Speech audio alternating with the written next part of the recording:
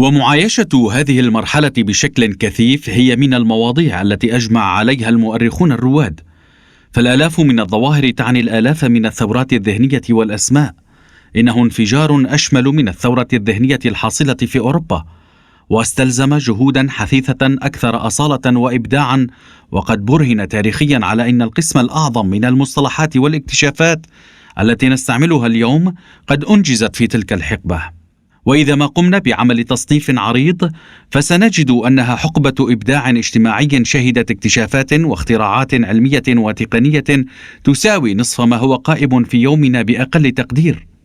فاللائحة المكونة من الدين، الفن، العلم، المواصلات، المعمار، الغلال والحبوب، الفواكه، الحيوانات الداجنة الكبيرة منها والصغيرة، الحياكة، الفخار، الطحن بالرحى، المطبخ، العيد، الأسرة، الهرمية، الإدارة، الدفاع والهجوم، الهدايا والعطايا، الأدوات الزراعية، والكثير مما يمكن إضافته ما تزال تعتبر اليوم لائحة أساسية في الحياة الاجتماعية بعد أن طرأ عليها التغيير كما ونوعا.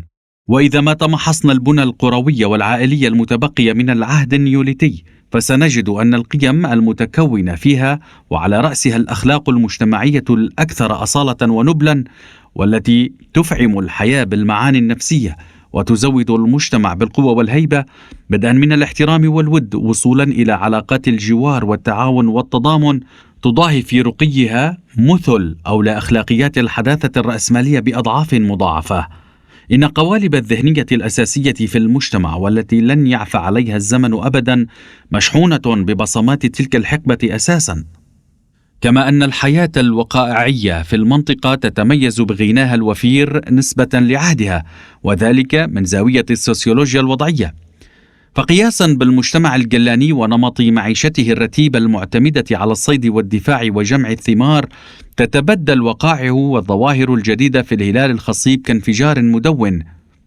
فالأحداث والظواهر اللامتناهية في تعدادها والمكتسبة تسميات جديدة تبسط لنا صوت الإنسان وأعماله بأغنى الأحوال.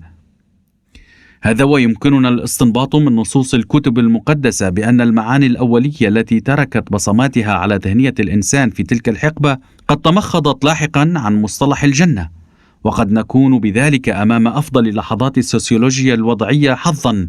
فهو بالنسبة إلى البشرية تطور أقرب إلى أن يكون وابلا غزيرا من النجوم المتلألئة، حيث تنهمر الأحداث والظواهر اللامعة كالنجوم البراقة في الجهات الأربعة من المعمورة، لتحقق خيال الجنة ضمن التطور الاجتماعي، بل ولتزرع لحظات تحويل هذا الخيال إلى حقيقة وتحوله إلى ثقافة.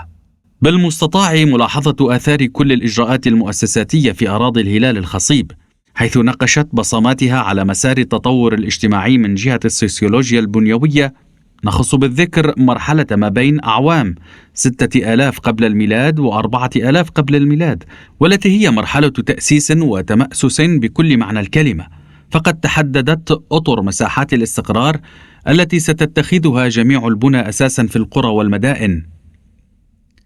وتم الانتقال إلى المستوطنات، وولدت الهرمية، وتأسس الدين، وبرزت أولى المعابد، واكتسبت الإثنية ملامحها في الوجود، واتضحت معالم البنى اللغوية، وتوطدت تقاليد علاقات الجوار، وكأن الإدارة قد شيدت أعظم مراحلها عبر الأخلاق. بمعنى آخر، فكأن المجتمع النيوليتي قد جزم بسيرورة الثورة الزراعية والقروية، وبالتالي حسم أمور تأسيسها.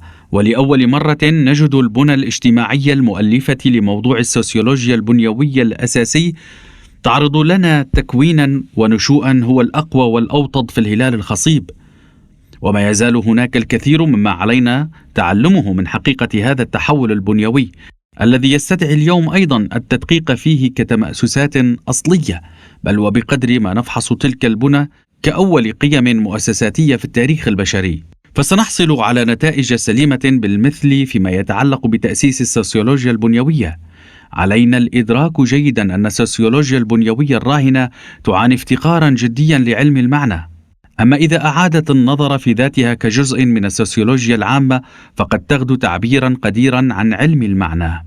تتسم مكانة اللغة والثقافة المتأسستين في الهلال الخصيب بكونهما المنبع الأصلي كموضوع قائم بذاته في حقل سوسيولوجيا الثقافة الأساسية.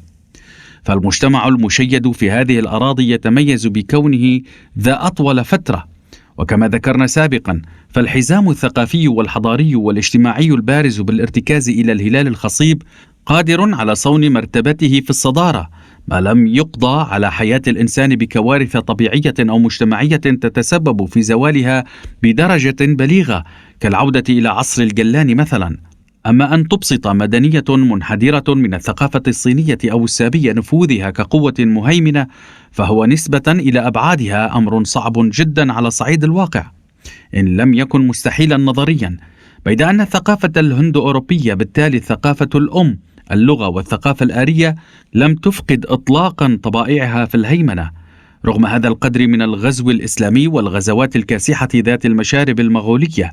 وقد تشرع الصين بشن هجوم جديد في المستقبل، إلا أن احتلالها للثقافة الهند أوروبية ذات الاستقرار المنقطع النظير في جميع أنحاء العالم أو الاستيلاء عليها أو إخضاعها للاستعمار أو الاستيطان يبقى احتمالا هزيلا ما لم تتلقى دعما إعجازيا من المؤثرات الخارجية كالكوارث الطبيعية والويلات المجتمعية القاضية خارج نطاق منطقة الثقافة الصينية على سبيل المثال.